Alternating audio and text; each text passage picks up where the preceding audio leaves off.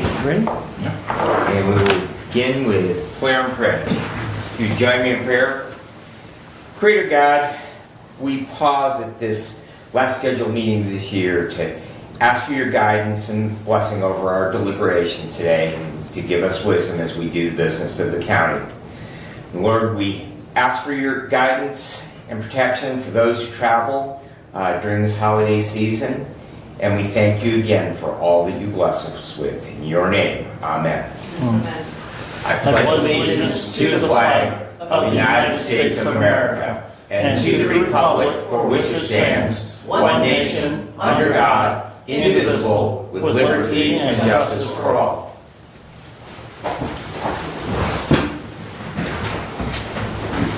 All right, we will start with our first call out to the public. Is there anyone who would like to provide public comment? Bob's missing.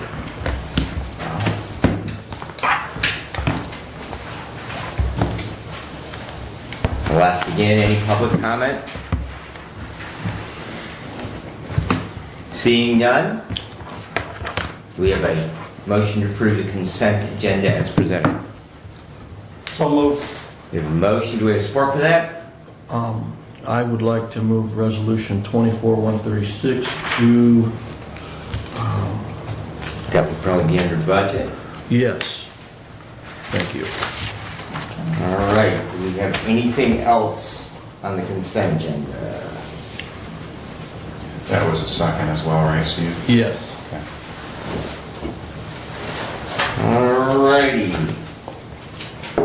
All of those in favor of approving the consent agenda with the exception of moving 24-136 down under item 9 budget, signify by saying aye. Aye. Aye. Opposed the same? All right, and correspondence, any comments, questions on correspondence?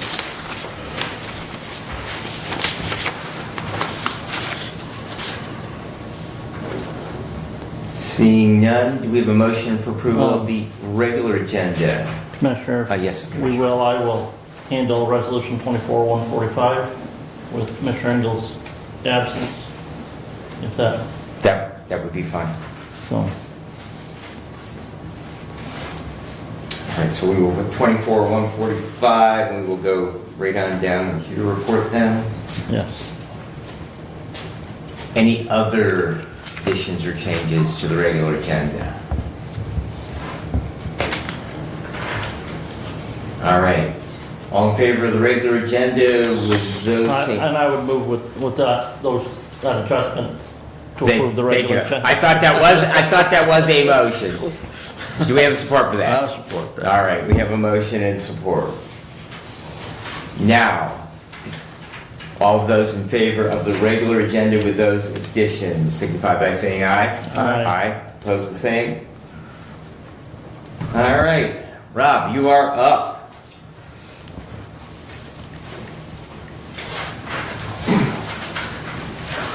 Thank you, Commissioners. Commissioner Light this morning. So, help me understand with what just happened. Is this not going to be No. approved to be signed? No, Until- so I'll bring it up with that change, Rob, so it's just, I'll be the one bringing that motion forward. Okay, thank you for helping me understand that. I appreciate it. I'm Robert Soha with DMCI Broadband. I'm here to ask for the county's support by signing the letter for us to hopefully get some more points to acquire funds through the government's BEAD program. To remind the commissioners, the BEAD program was passed in 2021. Michigan's receiving the fourth largest amount of $1.5 billion. It's already allocated, and we're trying to get a little bit of that for the county of Hillsdale. We've already laid over 140 miles of fiber in Hillsdale and Branch counties, passing well over 2,200 homes, and we have grown from 16 to 44 employees in the meantime. And we're looking to continue to expand throughout the county. And this letter of support is non-exclusionary, meaning if other entities come and ask for your support, you're welcome to support them at your discretion. And also, this is no monetary request this time. It's just signing the letter. So, Rob, you said you guys, is this the first or the second award of the BEAD program? this is the first time the BEAD has gone to get the application process. Okay. Of that 140 miles that you said you've laid of fiber, is that in the last couple of years? Yes, about 2 years we've been laying fiber. And a lot of that's been grant funded as well? Yes, sir. Through the USDA Reconnect 3 program, that was the $6.3 million matching grant. That's a 50% matching grant. And then through Michigan's Robin program, round 2, we were awarded a 2.2 million or somewhere around there. And that we're actually actively building presently here in Hillsdale County. How much are you hoping, how much are you applying for? I believe, and we just received all the rules to build out our system, but Dave's being very aggressive to about $20 million. And I think we're going to match 31%, up to 31%. And if awarded that, how many additional miles of fiber would you be able to? I will update the commissioners as soon as we have that. I don't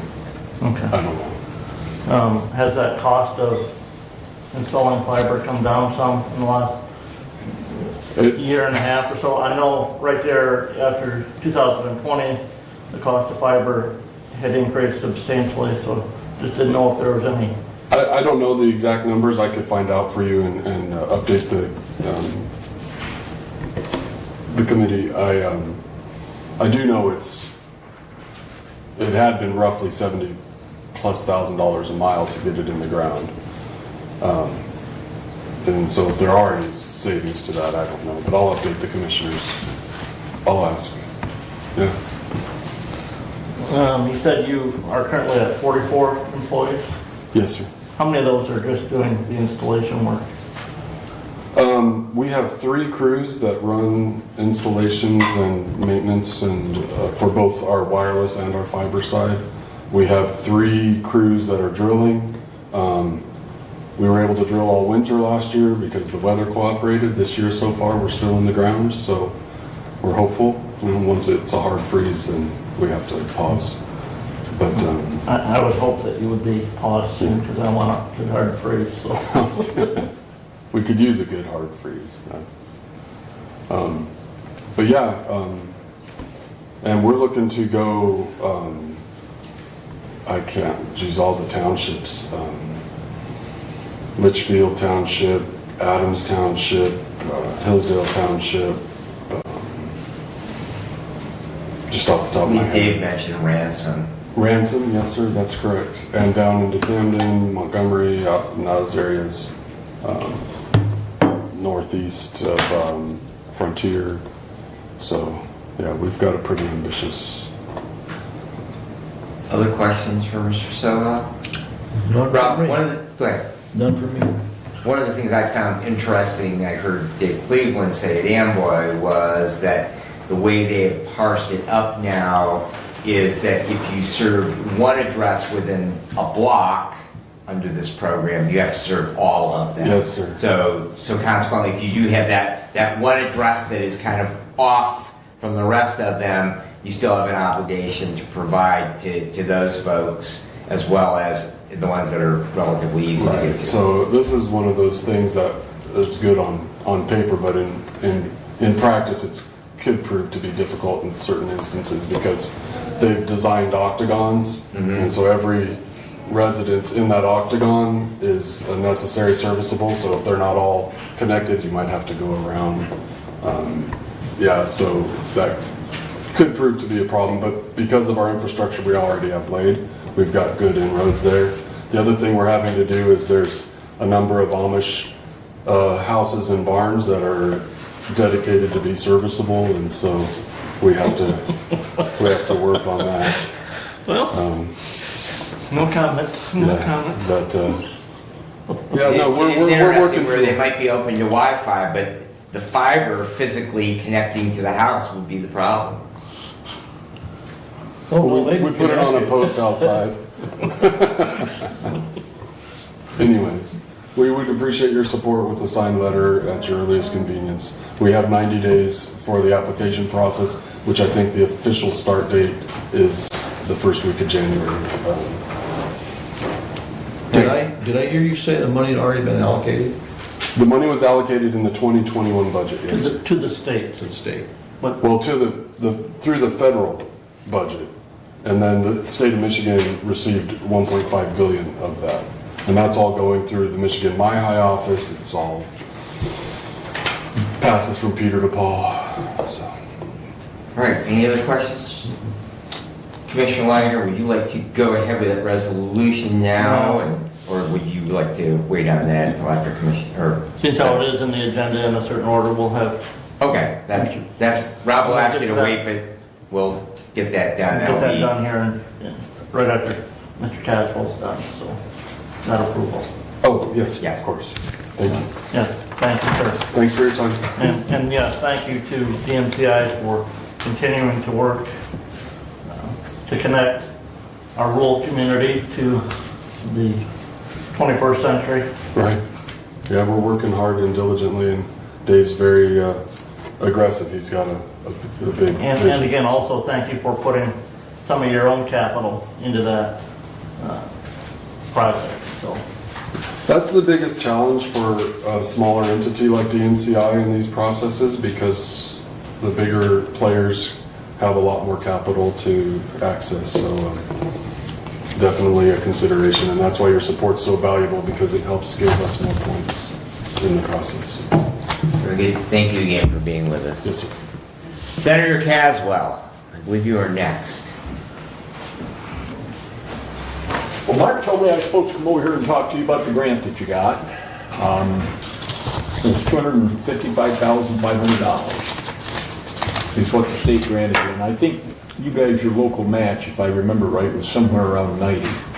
So you're gonna have about 350,000. Now, a couple things I want to go over with you, because as you get other people to write grants in the future for this project, you need to know these things.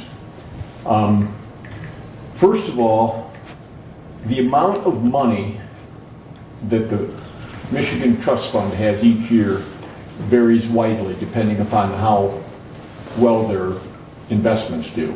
Now, there's $500 million in this trust fund, its principal, and what they can hand out is the interest or the money they make on that $500 million each year.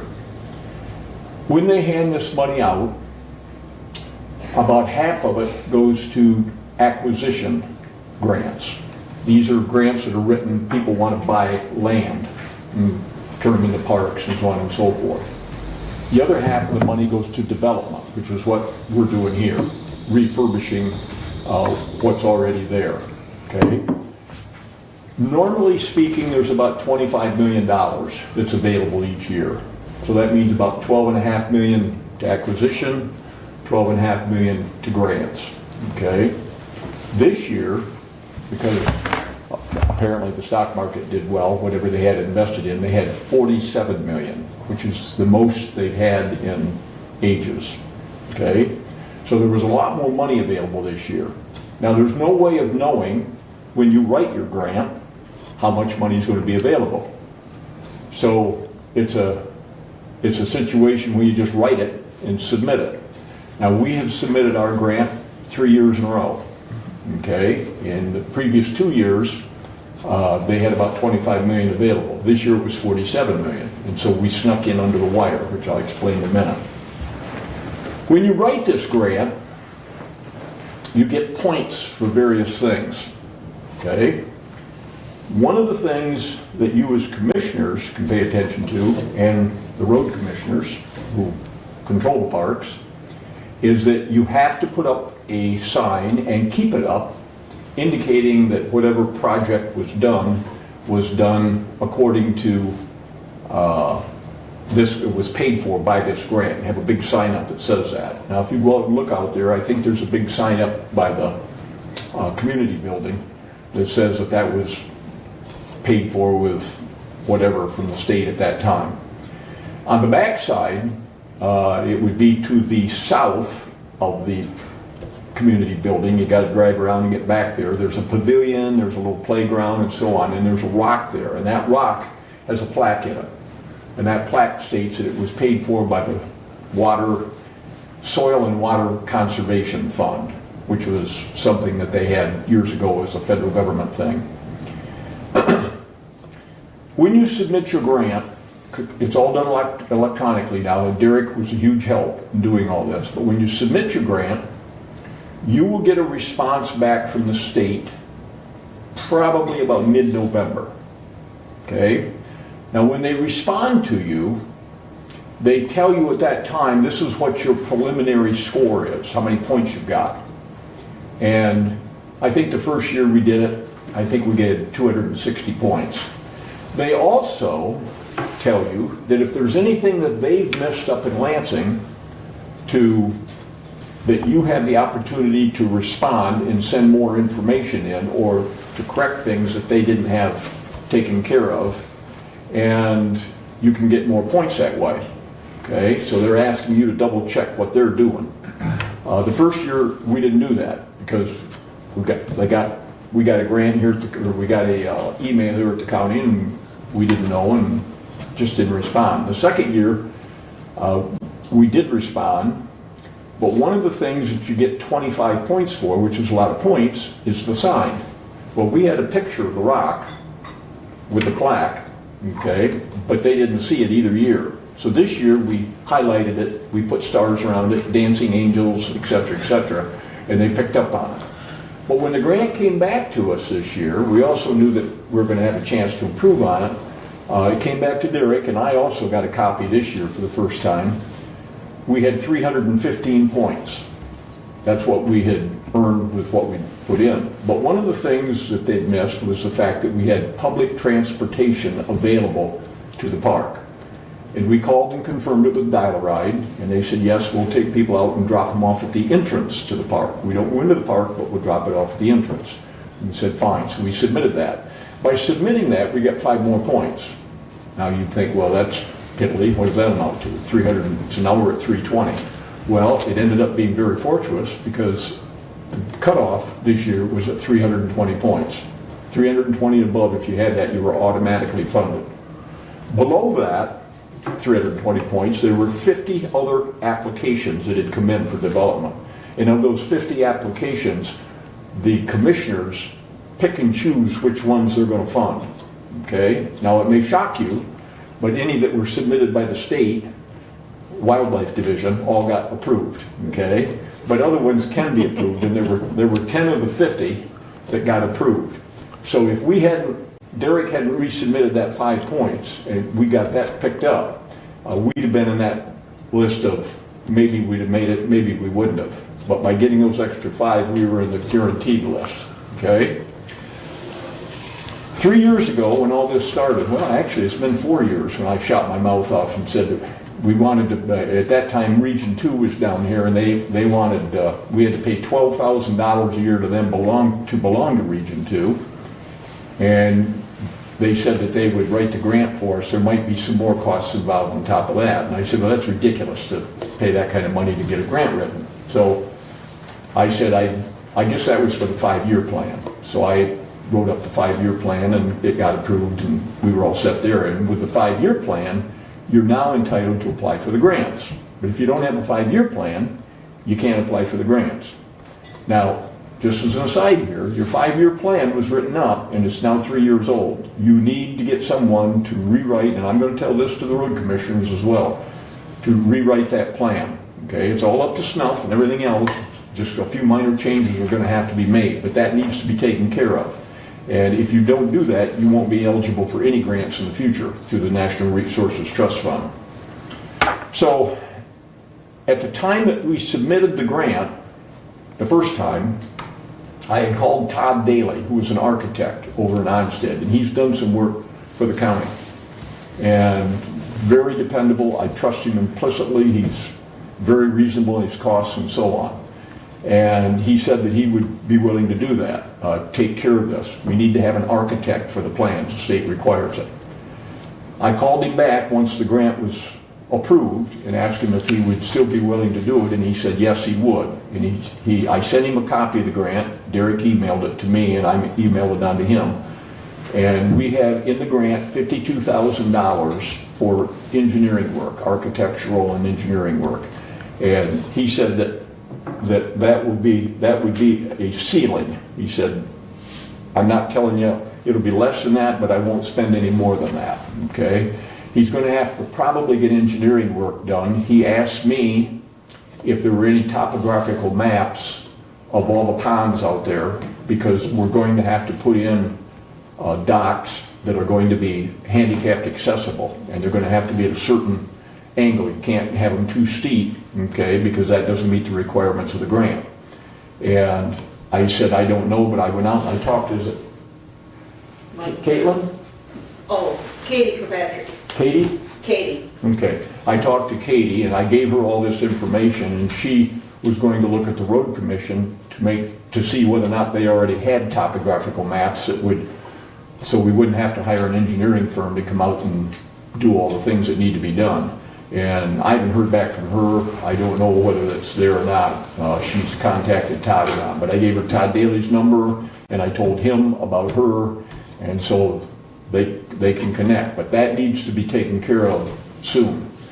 And what you as commissioners need to do is to make sure that you coordinate with the road commission as to who's going to handle this.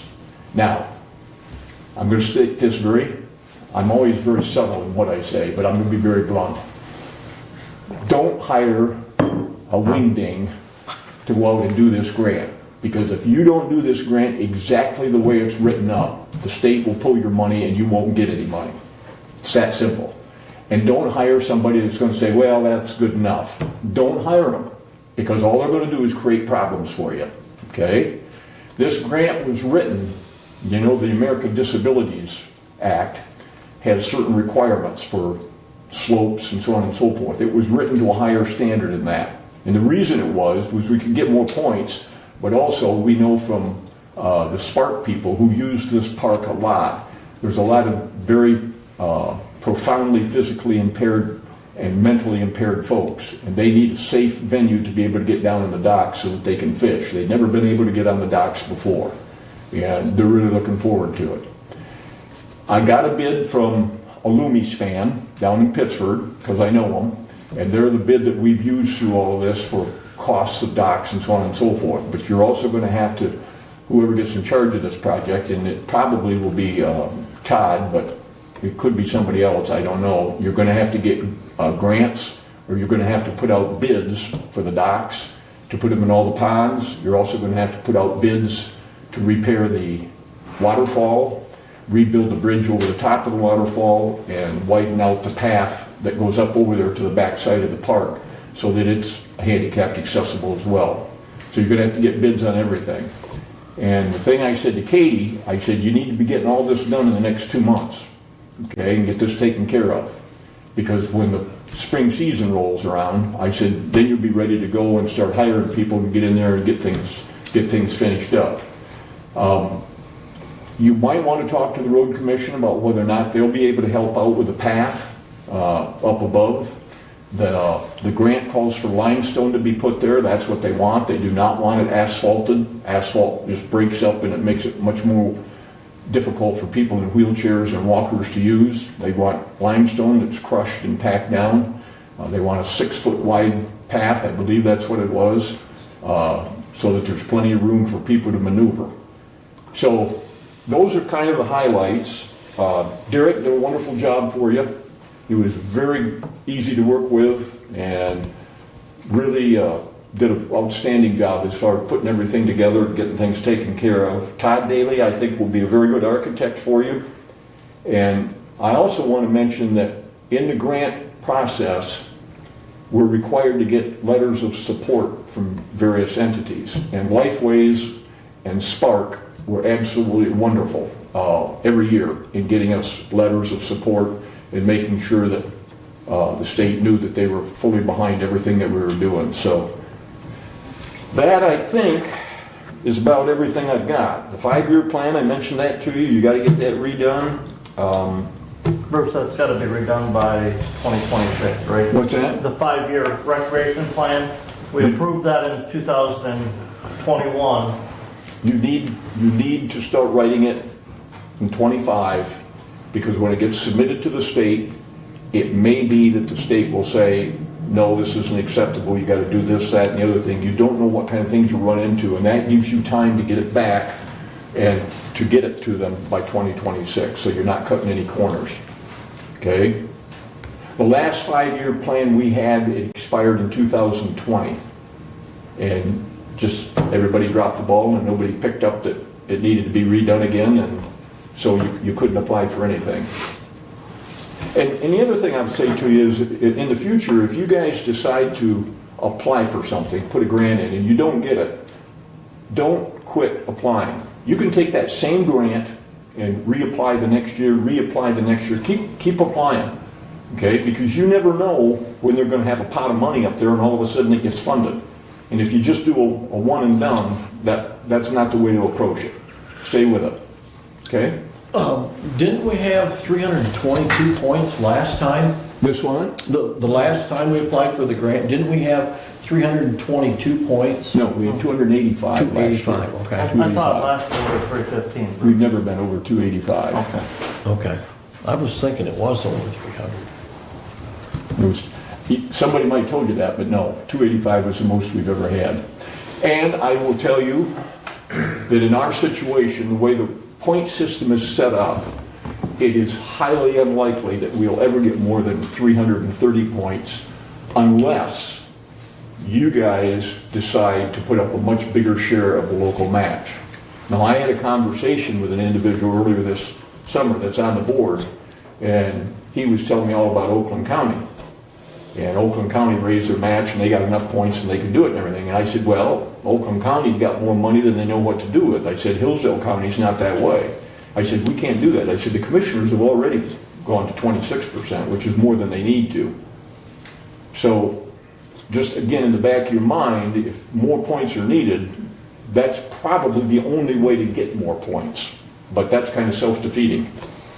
So, Bruce, thank you very, very much for your diligence and hard work on all of this, from helping with the recreation plan, getting that done, to overseeing and putting this grant together. It's greatly appreciated. I know we have two of the Parks Commissioners here, Commissioner Klein, Commissioner Schmidt. Do you have any questions or input on the grant from Parks? I guess I would just say thanks for Bruce for sticking with it and seeing it through, and I would say the third time was the charm, and I think we were expecting a defeat, so Christmas came early to the parks, and look forward to getting some nice docks down there for all citizens to use, but especially those that they're handicap accessible and that they can participate in something that they haven't been able to before. So thank you very much.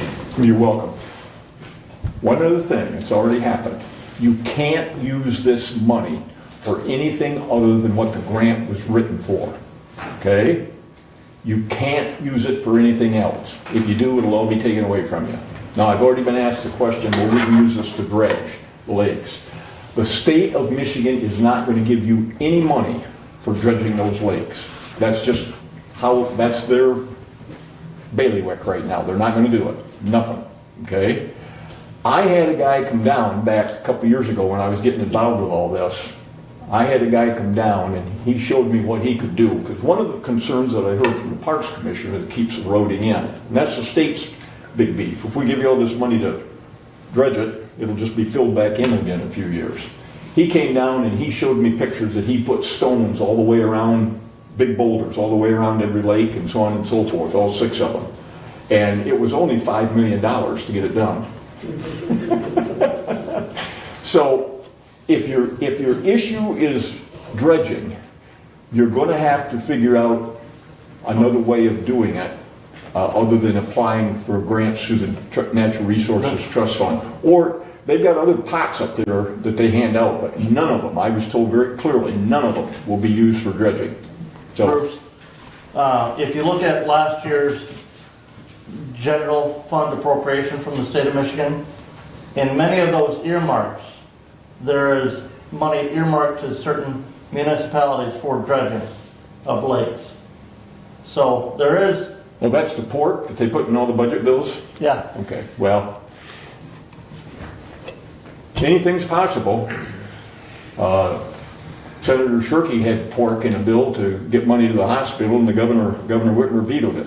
So she can line item veto things, so anything's possible in the political world. I mean, but I'm just telling you, from grants that you apply for and try to get and everything else, they're not going to give you any money for dredging. It's just not going to happen.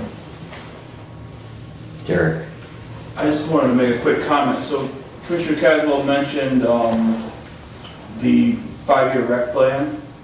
In that rec plan, there's 3 different spots where it mentions the planning commission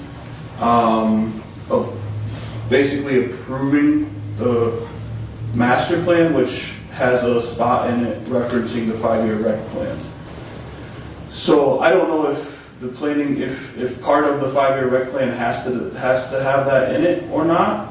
But with the planning commission no longer existing, it seems like the master plan still has a place in the 5-year rec plan. So I don't know how that affects everything. I just wanted to make sure the board was aware of that. And at the time we put this together originally, the planning commission was there, and they made this part of their master plan. master plan moving forward, okay? And the state, yes, the state required that. It had to be in there.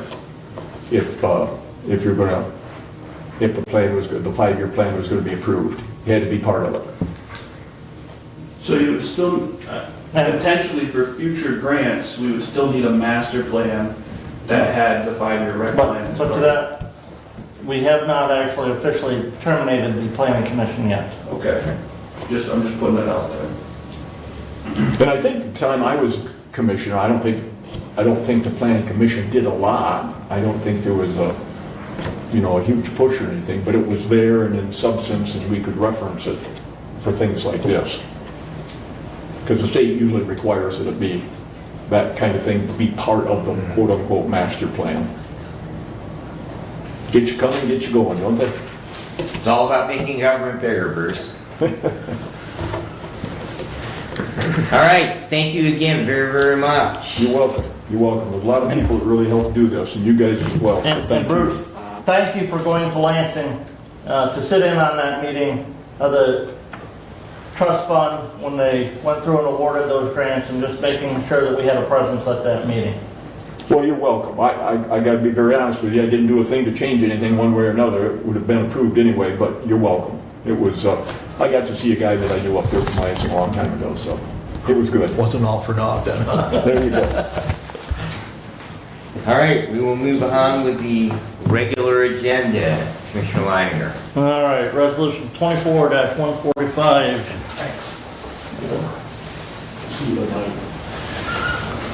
To the Honorable Board of Commissioners, we the Board of Commissioners authorize Brad Benzing, Vice Chair, to sign the letter of support for DMCI Broadband LLC application to the Broadband Equity Access and Development Grant Program. Respectfully submitted, Brent Leininger, and I move for adoption. Support. All right, we have a motion and support. Is there any discussion on 24-145? The letter was included in your packet. All right, seeing no discussion, all in favor of 24-145, signify by saying aye. Aye. Aye, opposed the same? Actually, Yes, you want to use this by roll call, correct? Resolutions? Do whatever you guys want. I don't have Okay. a preference, but All right, well, Mark has been doing that. all right, we will keep up that format then. Thank you, Commissioner. Commissioner Benzing. Yes. Commissioner Leininger. yes. And Commissioner Lanius. Yes. All right. I believe that is 3 in favor with 2 absent. Motion passes. All right. We will get that signed for you, Rob, and so it'll be available in the clerk's office. Thank you very much. All right, and if you will continue. All right, moving on. Resolution 24-146. To Did you want to take up 136 that we moved down? Yes, I can, I'm sorry. Just to keep it numeric. Yep, I did not print that one. So, I may have, I've yeah, got it. I do have it here. I've got it here. It's right on the front, actually, for me. I'll pass it to him. Resolution 24-136 to the Honorable Board of Commissioners. Resolution providing for the deposit and investment of county funds for 2025. Whereas under the laws of the state of Michigan, the board is required to provide by resolution for the deposit of all public monies, including tax monies belonging to or held for the state, county, or other political units, coming into the hands of the county treasurer in one or more banks within Hillsdale County, which are legal depositories as defined by state and/or federal law. Therefore, be it resolved, the Budget Committee recommends the following banks of Hillsdale County be designated as depositories for public funds for 2025. Fifth Third Bank in Hillsdale, County National Bank in Hillsdale, Jonesville, Litchfield, Somerset Center, Century Bank and Trust in Reading, Southern Michigan Bank and Trust in Hillsdale, Flagstar Bank in Hillsdale, American One Federal Credit Union in Hillsdale. Be it further resolved, the Budget Committee recommends and directs that Stephanie Kaiser, Hillsdale County Treasurer, deposit all the year 2000, for the year 2025, all public monies coming into her hands into one of or several of the named banks. In addition, be it further resolved, the Budget Committee recommends the County Treasurer or her designated deputies, with the advice of the Budget Committee of the Hillsdale County Board of Commissioners, be and is hereby authorized to invest these public monies for the good of Hillsdale County in the named institutions or any institution legally permitted by state or federal statute or regulated within the limits set by law. Respectfully submitted, and move for adoption. I'll support that. Okay. I pulled it out because I have a question. I'd like to know how much and how you get to determine how much you pull out for investments of the budget. So when you invest the money, how do you determine how much you invest? That is primarily done by the treasurer, and it's done by them based on knowing the traditional expenditures of the county and how much cash will be necessary to meet county obligations in the forthcoming future and in anticipated months. Many of those investments, Commissioner, are tiered investments where we may be investing some money today into a 36-month or 60-month investment, but we've got other investments that the county has held that are renewing or are coming due, and we're receiving those funds back. But again, that is actually done by the treasurer, not by the Board of Commissioners. Okay.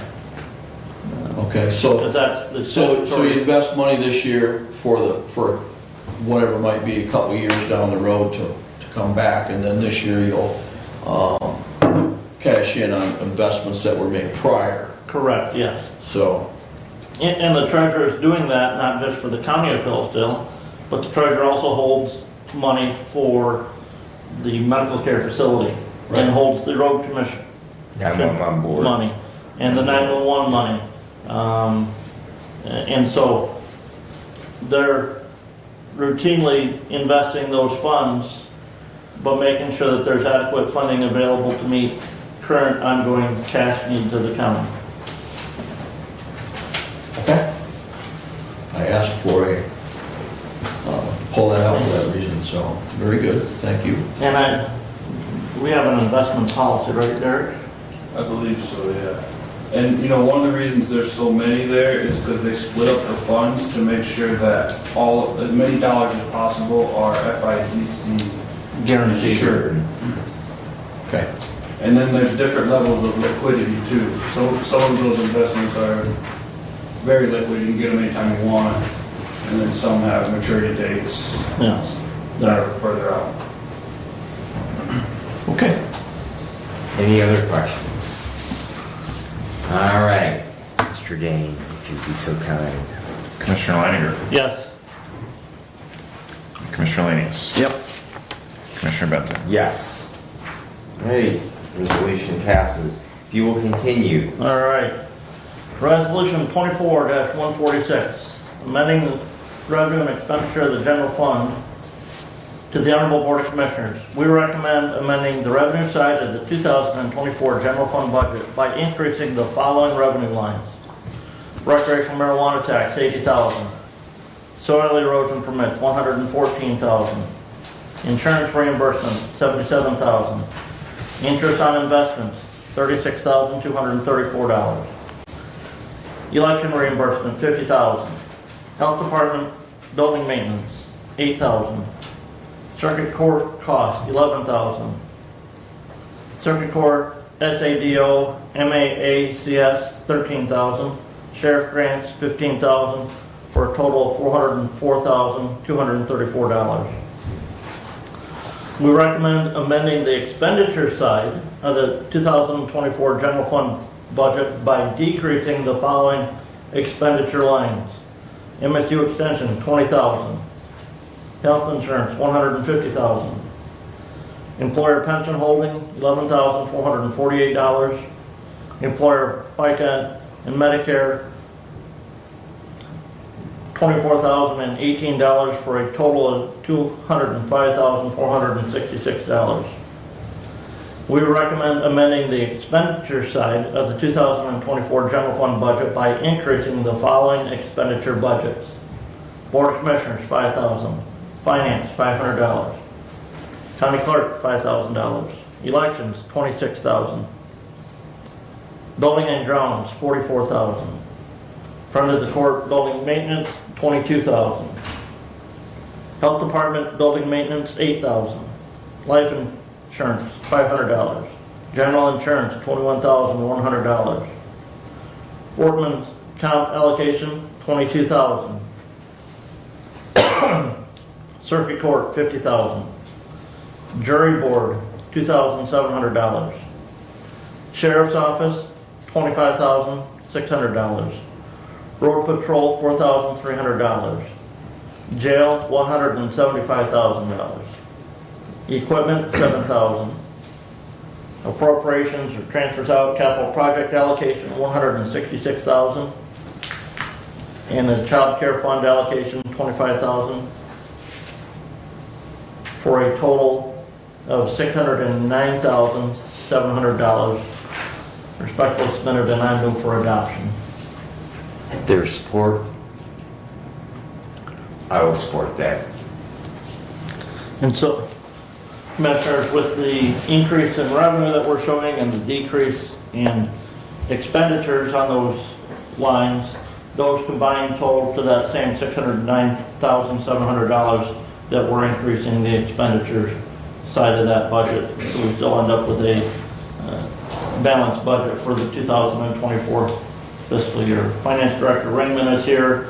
If anybody has any questions on any of those individual lines as to why the increase on the revenue, why the decrease on the expenditure, or the increase on the expenditure as well. I do have something. The Health Department building maintenance at $8,000. Okay. I thought the Health Department building was supposed to take care of the maintenance on that building themselves. Commissioners, and that is, some of that work is still done by the County Facilities Department. And so when the County Facilities Department does that work, the county expends the money, but we are reimbursed from the Health Department for that work that's done on that building. Okay. Okay, so that's why you will see that there's an offset on the expenditure increase by an equal increase on the revenue side of that, of the $8,000 on the Health Department building maintenance. Okay. So it's an in and Oh, out. I see it. I missed it on that top line. All right.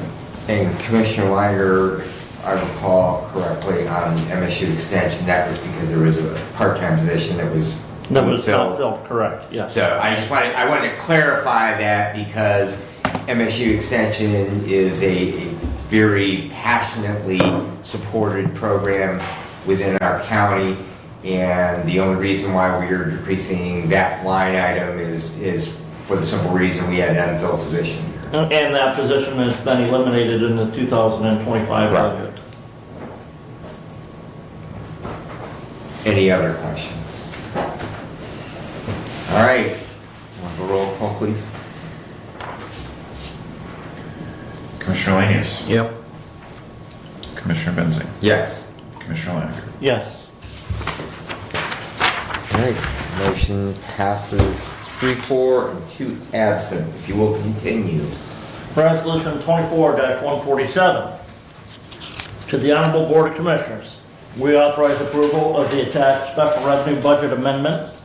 These amendments reflect changes that took place throughout the fiscal year to various funds, including various grant funds. Respectfully submitted, and I move for adoption. Support. All right, we have a motion and support. Is there No. discussion? This one, there is multiple pages that are included in this as far to reflect those special revenue funds amendments and changes. Any questions for me on any of those? Questions? All right, seeing no questions, we'll have a roll call on that, please. Commissioner Lanius. Yep. Commissioner Benzing. Yes. Commissioner Laniger. Yes. All right, motion passes 3-4 and 2 absent. We will continue at 24-148. All right. So, to avoid the reading of 17 pages, I appreciate that. Well, I'm going to insist on reading it. Although the Michigan Senate seemed to be doing a wonderful job with that. that was a wonderful idea. You know, for our public, we can read the 17 pages of Resolution 24-148, which is the bond resolution for the general obligation unlimited tax bond for the 800 megahertz radio system, but I will not do that, and I will move for adoption of Resolution 24-148. I will support that. And with us today is Andy. Eric McLaughlin. Eric McLaughlin, our legal counsel, bond legal counsel. So Eric, if you want to come up and if there's any questions the commissioners have. I will say in the last 2 weeks, we've done quite a bit of work. Yes. Went through a S&P bond rating process. Received that rating back last week, Tuesday, which was an A+ rating for the county. And Eric can discuss the process moving forward and how, if anybody in the county would be interested in bidding on some of those bonds, what they can do as well. Thank you, Commissioners, for having me here today. Eric McLaughlin with Dickinson Wright, Bond Counsel of the County. The 17-page resolution before you has a number of provisions in it that allow the county to issue bonds when and if it chooses to do so. And the provisions fit within the market standards that are needed to issue those bonds. Now, beyond that, though, the important things that the resolution does is that it takes the voter approval from the August election and extends it to the issuance of the bonds. It authorizes an issuance of bonds to the full amount that was approved by the voters, $16 million. It sets a number of parameters within which the bonds can be issued, so that when you get to the sale date, the authority that is also delegated by this resolution to the authorized officer, they can exercise that authority within those parameters and only within those parameters. And again, the overarching limit is the bond proposition. So the voters have approved it. This resolution dials it in, tailors it towards the market conditions that, as recommended by Andy Campbell and Benzinski and Company, the municipal advisor. And then the authorized officer, who is the board chair, the finance manager, or the county treasurer, to authorize the final details of the bonds on the sale date. Now, the resolution pledges for the repayment of these bonds, the county's unlimited tax full faith and credit, which just means that when the bonds are issued, the county is then required to put on the tax rolls a tax rate that is required to pay the debt service coming due in the next year, factoring in the expected collection rate. So Each year, the debt service will change a little bit, and so the rate will change just a little bit, but you're required to levy that tax once these bonds are issued so that these bonds get paid off. So I covered all of that. Now going to the schedule, we're currently in the process of preparing what's called the preliminary official statement, which includes all the material information about the county finances and security for the bonds. It's going to be published to the markets for investors to see. At that same time, I will have prepared a notice of sale that gets published in the Bond Buyer newspaper, which is a financial newspaper that's distributed to a number of potential purchasers. That will explain all the details of the bonds and the procedures for bidding on the bonds. I'm expecting there to be two methods for bidding on these bonds. The first is to submit a bid electronically on a system called Parity, or email a bid to Benzinski and Company at an email address that will be specified in the notice of sale.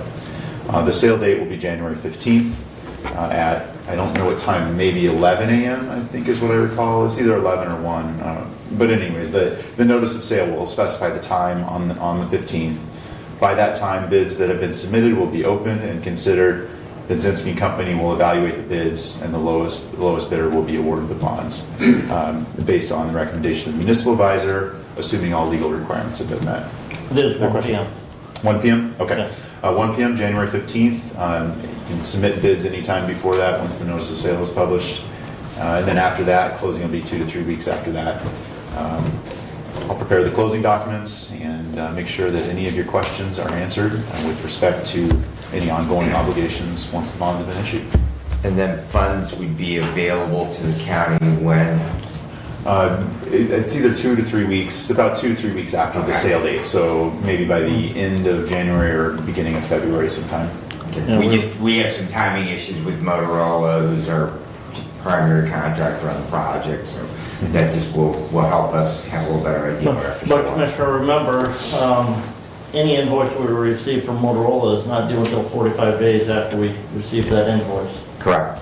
I know we've received the initial invoice from them, which was for the 5% down payment, but we haven't received any other invoices yet. So I believe talking with Andy and Erica from the Benzinski and Company, they were figuring on those funds being to the county by the end of January. Okay. So, Very good. Okay. That's about the normal time is 2 to 3 weeks. Yeah, that's 2 to 3 15 weeks. days after the 15th. Right. Satisfy our timing. Right, and, yeah. Yeah, once we publish the notice of sale, which will be like the first full week of January, that will pretty much lock in the timing Okay. at that point. Because once you publish that, the county wouldn't want to pull it back after that. So once you publish that, you're kind of in the chute for selling bonds, and assuming you get bids that are acceptable, then you sell the bonds on the sale date, and then I finish the closing documentation, get that signed up, and prepare it to exchange the bonds for money on the day of closing, which will be approximately the end of January. Very good. Any other questions? All right, I think we can vote. Thank you, sir. This is 148, right? Yep, 148. Commissioner Benson, Yes. Commissioner Lanning, Yes. Commissioner Lanius. Yes. All right, motion passes 3 in favor with 2 absent. If you will continue with 149. Yes, resolution 24-149. To the Honorable Board of Commissioners, whereas on October 8, 2024, the Hillsdale County Board of Commissioners in resolution 24-103 entered into a purchase agreement with Robert C. Barnes and Angela L. Barnes for the purchase of real property in Woodbridge Township. And whereas the due diligence outlined in the purchase agreement has been completed, therefore be it resolved that Hillsdale County Board of Commissioners authorizes Chairman Mark Wiley to sign the closing memorandum attached here too. Be it further resolved that the county shall issue a payment in the amount of $43,498.50 pursuant to the terms and conditions of the closing agreement payable to Lovinger and Thompson Client Trust Account, which reflects the purchase price and closing costs associated with this purchase. This payment shall be made from account number 401-906 06-802.000. Respectfully submitted, and I move for adoption. Support. Go ahead, Commissioner. All right, we have a motion and support. Is there any discussion on 149? Seeing no discussion, roll call, please. Commissioner Leininger. Yes. Commissioner Lanius. Yes. Commissioner Benzing. Yes. Motion passes 3 with 2 absent. If you will continue. Resolution 24-150 to the Honorable Board of Commissioners. Whereas on October 22nd, 2024, the Hillsdale County Board of Commissioners in Resolution 24-104 entered into a purchase agreement with Griffiths Holdings LLC for the purchase of real property in Adams Township.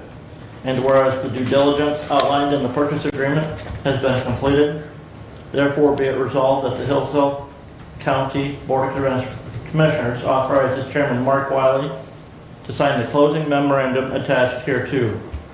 Be it further resolved that the county shall issue a payment in the amount of $40,958 pursuant to the terms and conditions of the closing agreement payable to Lovinger and Thompson Client Trust Account, which reflects the purchase price and closing costs associated with this property. This payment shall be made from account number 401-906.18-802.000. Respectfully submitted, and I move for adoption. I'll support. We have a motion and support. Is there any discussion on 24-150? Seeing none, roll call. Commissioner Lanius. Yep. Commissioner Benzing. Yes. Commissioner Leininger. Yes. All right, the motion passes 3 in favor with 2 absent. You will continue with 24-150. Go ahead. I will just make a note there, Commissioner, that we're hoping to get those closings done yet this week, Okay. so that all can be recorded with the deeds office before the first of the year. The other thing is the account that was used on that is the account that will be used for the payment out of all of those bond funds once those are received. In the budgeting process, we're recording the receivables to that fund, which will be money coming in prior or once the bonds are sold, which we were advised we could do from bond counsel and the financial advisors to book the cost of that project to that fund, and we can still, that'll be covered by the bond funds once they are received. Very good. Thank you for filling in those details. And I do recall bond counsel mentioning that when we had their presentation. All right. Moving on, resolution 24-151 to the Honorable Board of Commissioners. Whereas the professional services of the company ClearGov, 2 Mill in Maine's Suite 630, Maynard, Massachusetts 01754 was approved in the 2025 budget. And whereas the county procurement policy approved under resolution 20-064 allows for exception from requiring sealed bids for professional services, and whereas ClearGov is part of the by-board purchasing cooperative in which all by-board contracts go through a competitive procurement process, and therefore be it resolved, the Hillsdale County Finance Manager is approved to take all necessary steps to enter agreement with ClearGov to provide budgeting software services effective January 1, 2025 for an annual rate for 2025 of $29,835. Respectfully submitted, and I move for adoption. I'll support that.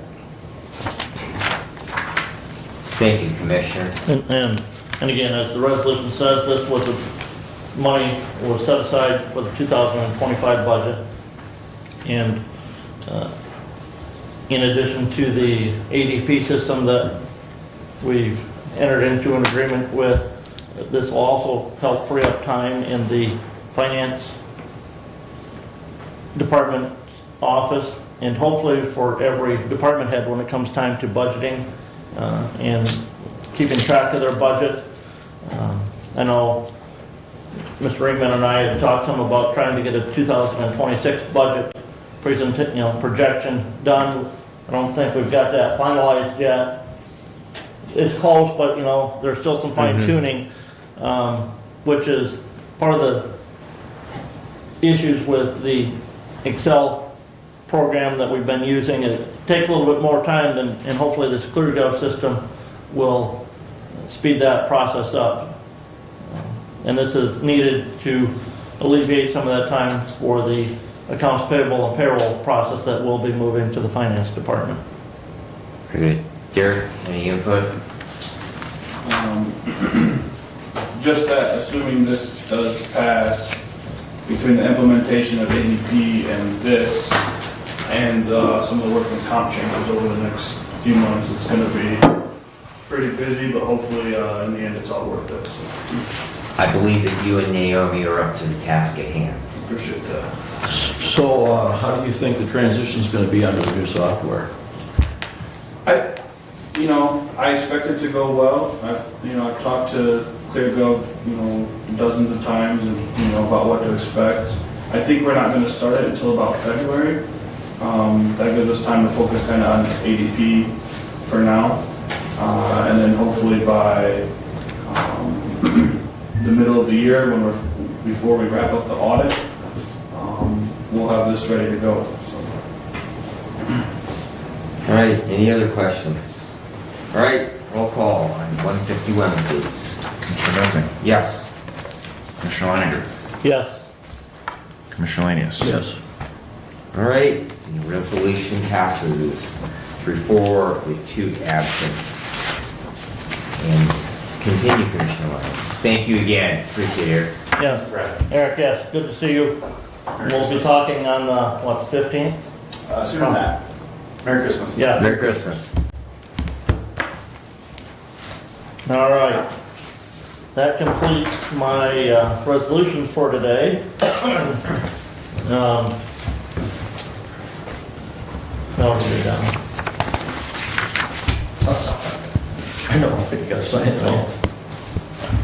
The Board of Health had a meeting after our last regularly scheduled meeting. I don't know, Commissioner, what you've got to report on that? A little bit. Okay. I'll leave that to you. There were no Wellwise meetings this month. Wellwise takes the month of December off from their meeting schedule. Those meetings will start back up in January. The Substance Use Disorder Committee did not meet this month. They'll be meeting in January. And the Opioid Committee did not meet this month. We'll be meeting in January. So Very good. that is, I would ask the commissioners to have your per diem sheets in by the 30th. We're not, worked out with the clerk's office, we're not reviewing bills this week. We will review bills on Monday the 30th. So if you could have your per diem sheets in by Monday the 30th, that way she'll be able to get those on the payroll that is scheduled to go out that week. Very good. I don't see any problem with that. We will remind Commissioner Wiley. Probably do that. I think we can probably do that. Thank you. All right, any questions for Commissioner Leininger? I would just like to thank him for all of his work on the bond process. That is something new for all of us. And it definitely has been a learning experience. The last time we did bonds was for the medical care facility, and that was prior to my coming on. Was that the last one, or was it now, we do bonds, or, in essence, Stephanie does some bonds every year when Right. she issues the delinquent tax notes. Or was it the senior center, the last time that there were bonds done? Yeah, because that was refinanced, so that was kind of Well, a... but there were the original sales. Right. And again, going through that bond rating process Mhm. is something new for everybody involved. Mhm. We're not even exactly sure the last time the county had to go through that S&P bond rating process. We maybe have, as Senator Caswell indicated in that, discussing that DNR grant process, that every time you go through something, you maybe learn something and you learn how you can improve the next time you go through that. Not that we're intending to issue any bonds in the near future for anything else, but having gone through that bond rating process, I think there's many things that we can look at, some processes, some policies that we currently have in place that we can enhance, build upon to make that bond rating process a little smoother and potentially look at a better rating in the future on that bond rating process. Well, I hope you never achieve the level of professionalism on it. Proficiency comes through experience, right? You don't want to do that on a real regular basis. Again, just, I said some of those things that Yeah. sit down and go through that and have an outside rating agency look at it, I know that the treasurer, she may have been in that office, and same thing, Derek's office didn't even exist probably the last time we went through this, so definitely a learning experience, and we will be better in the event we need to do it next time. All right, Commissioner Lanius, you're up. Okay, December 12th, as Commissioner Leininger mentioned, we had a Board of Health Department meeting over there, and the full board, we did grant a 5% raise increase, if I'm not mistaken on that, for the employees over there. We also have a staffing update, personal health and disease prevention. They are looking for a mobile nurse, part-time communicable disease nurse. Area on Aging is also seeking a nurse case manager. Some of the health concerns, public health concerns is pertussence, and we got a report on that. Also human arbovirus illness, and we got a report on that also. At the Coldwater office, Administrator Norm is retiring, and they'll be meeting with the new incoming administrator in probably this week, and that will be Frank Waltz. Hillsdale office is still collecting information for the water softener, and they have also received a bid for the insurance claim on the Hillsdale lower level for the water damage in that facility. So they're moving forward with that to the insurance company. Also, Area on Aging reported services to victims of elderly abuse program. That's being updated right now, and the Area on Aging also presented a 2025 budget update, as well as a staffing update, and that's it for that department. Then on the 13th, I did attend the Hillsdale County Christmas party. On the 17th, I had Human Services, and Heather Upton gave us a report on CASA. On December 18th, I had an LDFA meeting in Jonesville, and they reported that West Street is now completed with a little bit of touch-up on the curbs and the driveways yet to be finished up. And they gave us a little bit of an update on the US 12 project. And then on the 18th, I had Jonesville City Council, where I made a short report and said goodbye. Very good. That concludes my report. Questions for Commissioner Lanius? Just those bodies in which you represent the Board of Commissioners too. I know there was with the Board of Health, the slot that commissioner was not coming back, I understand. So are there any obligation the county is going to have in looking at those appointments for the coming year? No obligations that I know of. Okay. I will say on that, Commissioner, we do have, at the Board of Health, we do have committee meetings scheduled in January. Whether we will need those committee meetings or not is still yet to be determined. The chairperson of the Board of Health, who continues to serve until our January Board of Health meeting, which is Commissioner Hoffmaster from St. Joe County is authorized, if need be, to appoint new members to the Board of Health to the standing committees Okay. in case those committees do need to meet, because those committees are supposed to have a representative from each county on them. Commissioner Lanius was on the Finance Committee at the Board of Health.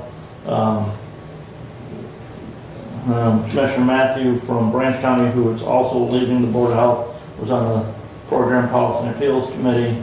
And Commissioner Baker from St. Joe County, who was reelected but is advised that there's going to be somebody else from St. Joe County coming to the Board of Health, was on the Finance Committee as well. So if those committees do need to meet, they, once we at this body make our committee assignments at our organizational meeting, they can be assigned by the chairperson, at least for the month of January, to one of those committees to serve on. Very good. Like I said, I just wanted to make sure that we were aware, because some of those bodies are outside of Hillsdale County government, and so having that insight is appreciated. And the next regularly scheduled Board of Health meeting will not be until, January 23rd. Yes, January 23rd. Okay. So that would be after our After our regular first regularly Right. scheduled Yep. meeting as well, so. Very good. Thank you again, Commissioner Williams. All right, I will move on into management and personnel. We will begin with 24-152. To the Honorable Board of Commissioners, we, your Management and Personnel Committee, recommend the following compensation for the Office of Hillsdale County Road Commissioner, effective January 1, 2025.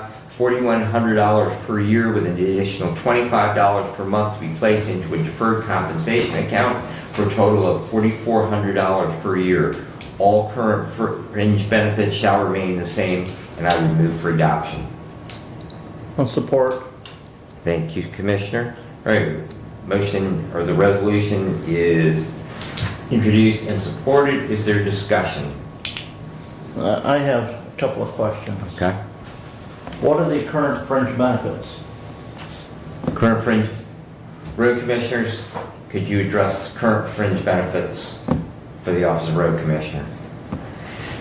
You participate in the health insurance, I believe. It's the health insurance if we need it. If we don't need it, there's no cash in lieu.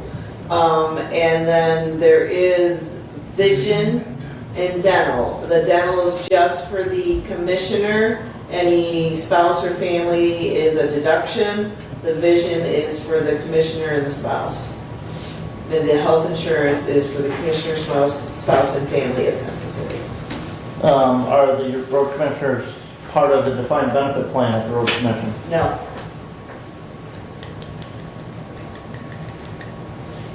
Is this, Commissioner, is this $25 deferred compensation, is that new? That No. was the existing. That was, as I received from the Road Commission, because I did make that request, and that is existing. The only change is a requested 2% increase in the salaries. And I rounded up on that, just to make it an This is- even amount. With an additional 25 per month. It's not additional, well, Well, it's over and above the salary. It's not adding to. They currently receive that. When That's was, the only retirement benefit that the commissioners receive. when was the last time their wages were changed, Commissioner? I know in my term back, so we've been here for 4 years, and we have not considered an increase, so it's been at least 4 years. It's been longer than that. Bob Godfrey indicated, what did he say, 2011? And it's been almost 10 years, Right, or better. yeah. And, to that's one of the things that I encourage local units that I visit every month when they discuss increasing wages. When you allow those to go for long periods of time, what it eventually ends up is that the percentage, even though the dollar amount isn't very much, that the percentage is not favorably received by the public. So if it has not been reviewed since 2011, it very, very definitely was time, 2013. 2013. All right. So, Do you know what resolution?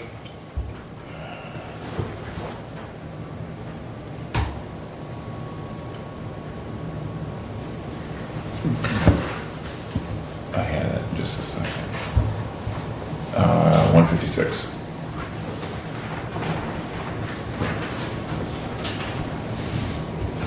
By the way, we don't take payment for being on the Parks Commission.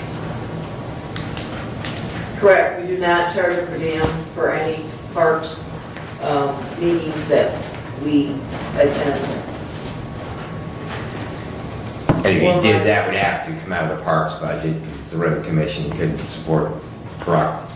What's that? That would have to come out of the parks budget. If you were to receive a per diem, Correct. it would have to be Correct. appropriated Out of the parks budget, under the yes. parks budget. Yes.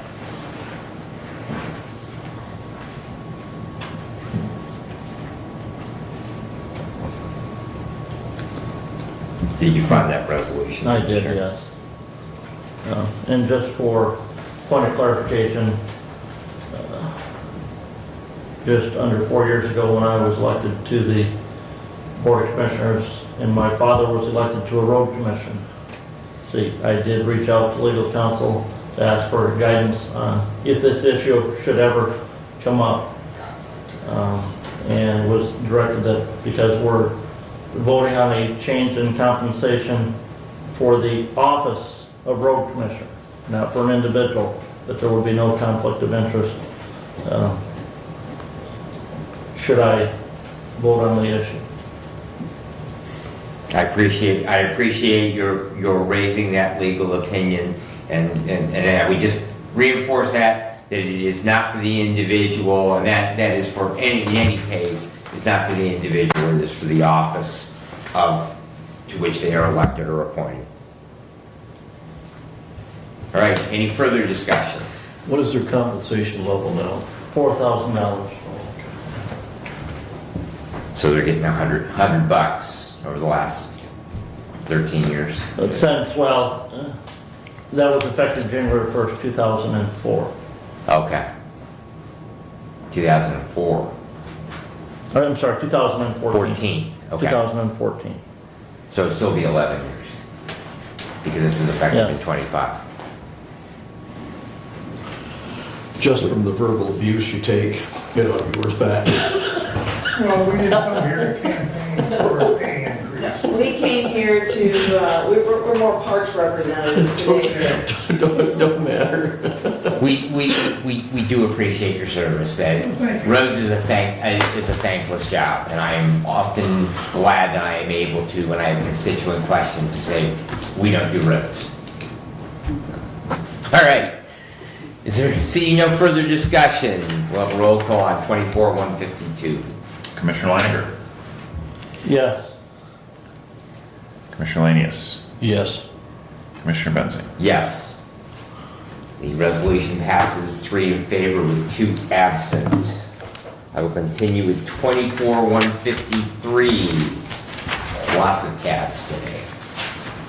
To the Honorable Board of Commissioners, whereas Nicholas Wheeler currently serves as the Equalization Director and Coordinator of Geographic Information Services for Hillsdale County, and whereas Mr. Wheeler was elected to serve the citizens of Hillsdale County as a Register of Deeds with his term of office beginning January 1, 2025, and whereas Mr. Wheeler will continue to serve as the Equalization Director and Coordinator of Geographic Information Services for Hillsdale County after taking office as the Register of Deeds, and whereas Mr. Wheeler will receive 50% of the salary approved by the Board of Commissioners for the Equalization Director and Coordinator of Geographic Information Services, and whereas this position was set as a grade 12 through the wage and salary compensation study conducted in 2023 by the Board of Commissioners, and Mr. Wheeler is scheduled to be a step 7 effective January 1, 2025.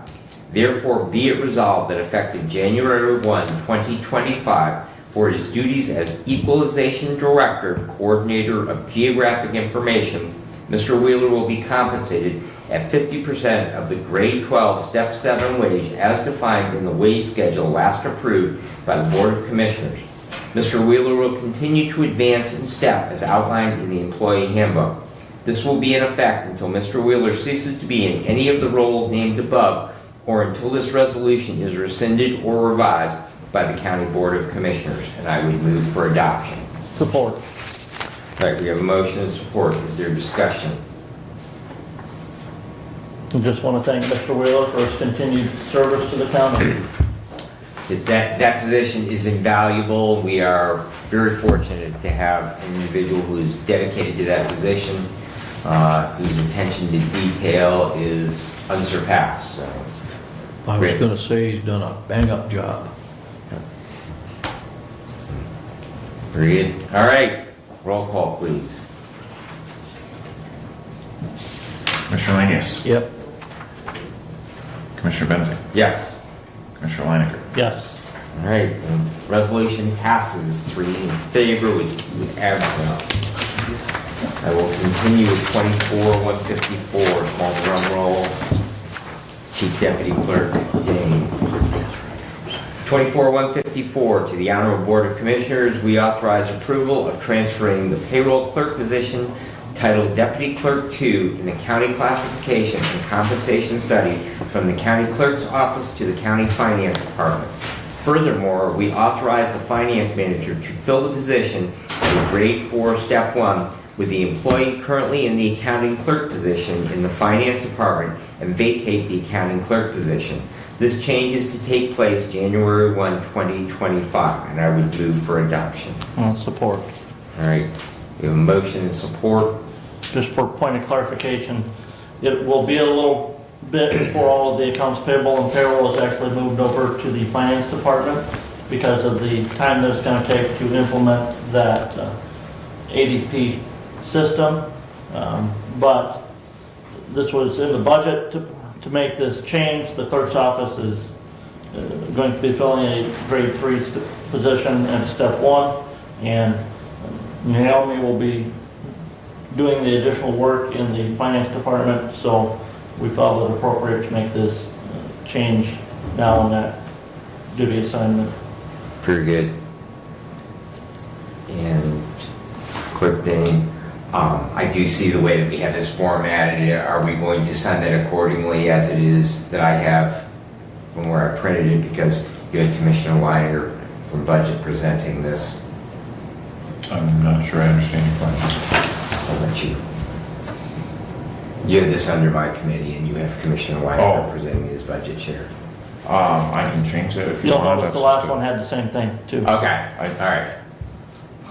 I don't see a problem with it if we just, I do not have a problem signing them as they are, and definitely we can It's say. fine. So I mean, two I just signatures is wanted, better than one, yeah. right? Just wanted to clarify. All right, we will vote on 24-154. Commissioner Benzing. Yes. Commissioner Leinecker. Yes. Commissioner Lanius. Yes.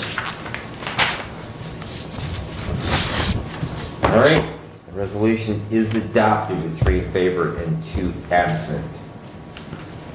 And I will continue on with public safety. We have 24-155.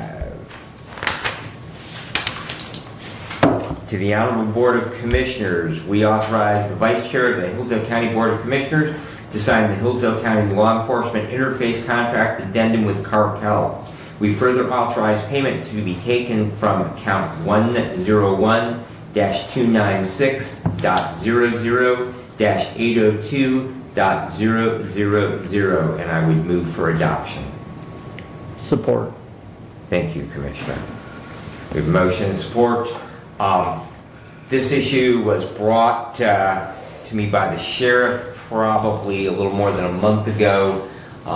You may recall that Prosecutor-elect Wisniewski was here and that she was applying for a grant through the Prosecutors Association of Michigan to change their warrant issuing software. However, through that process, there was not a provision to pay for the interface to allow for the program that our Sheriff's Department uses and other law enforcement agents do to enter warrants into that software. The sheriff was concerned of where the money would come from. I did have a meeting with Prosecutor Brady and Chief Assistant Prosecutor Wisniewski, and the agreement was reached that were there funds remaining in the prosecutor's budget at the end of the year, they would be willing to reallocate those funds to paying for that $10,000 cost of the interface. There will be an ongoing cost if you've read through the agreement, but that will not be incurred for maintenance of that system. It's a couple $1,000s a year currently, and that will not be due though until 2026, and so therefore that can be budgeted for through the budgeting process when we take up the 2026 budget. I'd be happy to try and answer any additional questions on it. I would like to see the value or the amount in this resolution. The dollar amount? The dollar amount. So if you would be friendly with that. Would you I would be be more agree? satisfied. Yeah, that's fine. Just so that, just Yeah. mostly for historical records. Sure. So is there a, how are we gonna? I believe we have an invoiced amount for that. Oh, so you just want to know the amount, or you want it in the resolution? I would like to see it in the resolution. So maybe. Right, so- Amend, or? I think. I would make it, yeah. I'm friendly with that amendment, yes. So, and basically, I think what he's speaking of is a summary of costs. I think because the dollar is, I would say, best to do a formal amendment Okay, to amend it to. So I would make an amendment to add the amount, whatever that might be. yeah, it's $10,000 for the interface fee, and then an annual maintenance fee of $2,000, So be it. for a total of $12,000. And both of those are coming from the prosecutor's office? Correct. And double check the account number. It came from Derek, so. Well, then it's gotta be right. I believe firmly in surround yourself with good people and you'll always look great, so Derek has not let me down to date. You supported that? Yes, I will support the amendment. All right, any additional discussion on the amendment? All right, we are voting on the amendment to add the cost of the agreement into the original resolution. And we'll do that by voice vote. All in favor of the amendment signify by saying aye. Aye. Opposed, the same. All right, the amendment carries. Now we'll have a roll call on the resolution as amended. Commissioner Leininger?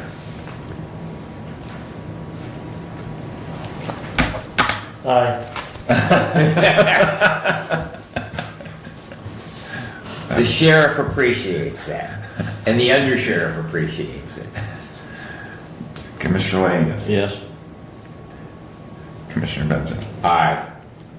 If All right. if I will, just for a moment, Commissioner. Can I declare the resolution, and then I will be happy to entertain your comments. So the resolution passes 3 with 2 absent. Now, please, if you will. So, as you indicated, the prosecutor's office brought this forward. They were gonna get a grant to pay for their portion of it. But unfortunately, that grant doesn't cover all of it. Here again, the disadvantage of grants, not covering the true cost of everything. Point well taken. Point well taken. So. All right, and we'll continue with my report on public safety. Commissioner Ingalls and I met with 2 of the judges, Judge Lisney and Judge Stiverson, Prosecutor-elect Wisniewski, Captain Chuck Stiverson, who runs our jail for the Sheriff's Department, as well as representatives from Michigan Department of Corrections and Probation Officer Walling on December 13th to discuss the ongoing issue of overcrowding at our jail, as well as what actions that can be taken until such a time as we are able to create more space. A couple of things that came away from that, just so we have current numbers. Best rate out there right now to board inmates is $25 per inmate per day. We still would be required to pay for transportation costs to get them there and bring them back. Any medical expenses that they might incur, so that $25 per day, whether we're housing them elsewhere or not, we still have those additional expenses on them. One of the things that was identified by the judge is we need additional Department of Corrections parole agents and the space to house them to reduce the time after conviction that inmates are held before transfer or final disposition, whether that is incarceration or release on parole. That time where that final disposition is taking place, they need to have that probation officer report back. Our only cost for that, and I know Commissioner Leininger, you've spoken about this, is the physical space for them. Department of Correction does provide furnishings. They provide the employees, so our obligation would be for space for those people. Obviously, we would have some IT support to get their up and connected. I don't know that they use physical computers. I believe that they are using laptops because they come and go from the office. And perhaps I need some phones for them. So, In that regard, Commissioner, if I may, real quick. yes. With all the other state employees that are working remotely and not working in an office, why do we need to provide space for additional probation officers? Why don't they, many entities have gone to a method called hoteling, where there's space there, you can use it when you come in, but you're not there all the time, so why do we need to provide you a desk all the time when you're there a limited amount of your workday? So, and I guess in talking to them, right now we are at a point where we don't have the space and they're sharing space, and so consequently they do need some additional space if they are able to do that. And again, we are trying to address the overall cost from another, which is an actual expenditure to the county, and that is the cost of having those individuals in our jail and the inability to bring in people who have active warrants on them. We need to update our jail population management plan, and Captain Syverson did take on that responsibility, so they will be working on that. More crime, we definitely have seen an uptick in crime, and stronger enforcement of the crime, meaning more inmates coming into our county jail. We are also seeing an uptick in the violence and also significantly more weapons in that population of people that they are arresting for those additional crimes, and a lot of those are drug-related crimes, in particularly regards to methamphetamine. The problem is very complex, and it's not new. We have looked at, we had drawn a plan several years ago about potentially expanding the jail. I believe at that time there was some discussion about using that as a revenue source. At this point, we need the space for our own inmates. This would not be where we would be renting out space to other counties. In fact, several of our surrounding counties, they have done just that they have overbuilt so that they have more space. And the biggest issue they're facing is being able to hire enough corrections officers.